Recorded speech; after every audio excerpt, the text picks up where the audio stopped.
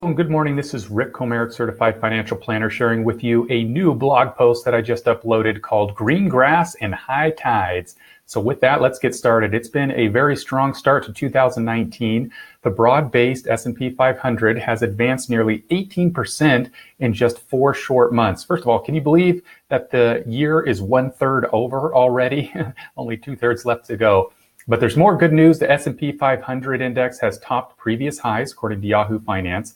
It's quite a snapback from the gloomy outlook and oversold conditions we saw in late December. Some of this year's rebound is simply timing. After a steep sell-off last year, the major market indexes bottomed in late December, and many of us remember that was Christmas Eve. So not a fun Christmas Eve present there. Therefore, much of the rally has occurred since the end of December, but let's not discount the fundamentals. And here's the important part.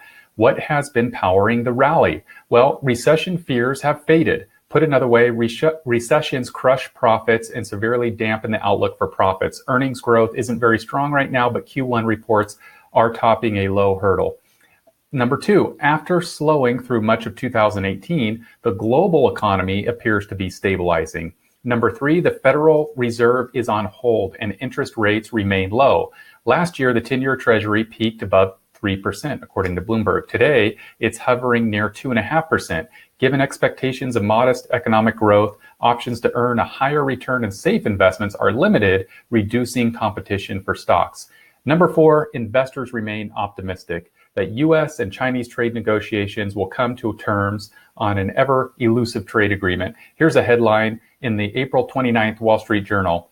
Treasury Secretary Mnuchin suggests China trade talks could wrap up by the end of next week, or about May 10th. It's encouraging. With key indexes at or near highs, let me pose a question to you. How were you feeling when shares were getting beat up in December? Before you respond, there isn't a right or wrong answer.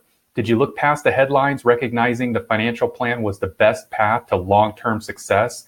Did the plan enforce discipline, preventing you from making ill-timed investment decisions? Were you comfortable with adhering to the long-term roadmap?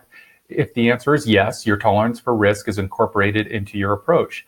Or did you get that queasy, unsettling feeling in your gut? Were you rattled by the swiftness of the decline? Did you experience sleepless nights? If you answered yes, let's talk. Diversification helps manage risk, but it doesn't eliminate it for sure. It's possible that we may need to make some adjustments to your portfolio and that we may need to ease the downside when volatility strikes again. As always, I'm honored and humbled that you've given me the opportunity to serve as your financial advisor. So if you have any questions about this, investments, risk, the market, financial planning, feel free to call me anytime.